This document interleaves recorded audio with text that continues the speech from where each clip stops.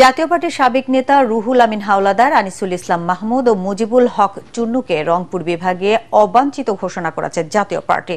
বুধবার বিকেলে নগরীর সেন্ট্রাল রোডে দলীয় কার্যালয়ে জাতীয় পার্টির চেয়ারম্যান জিএম কাদের সহ অন্যান্য সকল নেতাকর্মীদের নামে মিথ্যা মামলা প্রত্যাহার, দেশের আইন শৃঙ্খলা পরিস্থিতির অবনতি রোধ ও মব ভায়োলেন্স বন্ধের দাবিতে বিক্ষোভ সমাবেশে এ ঘোষণা দেন দলটির কো চেয়ারম্যান মোস্তাফিজুর রহমান মোস্তফা।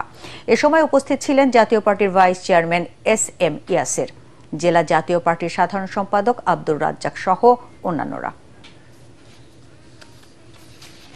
রংপুর ডিভিশনে এই দালাল চক্র, এই দালালেরা কোন অবাঞ্ছিত তাদেরকে ঘোষণা করা হলো,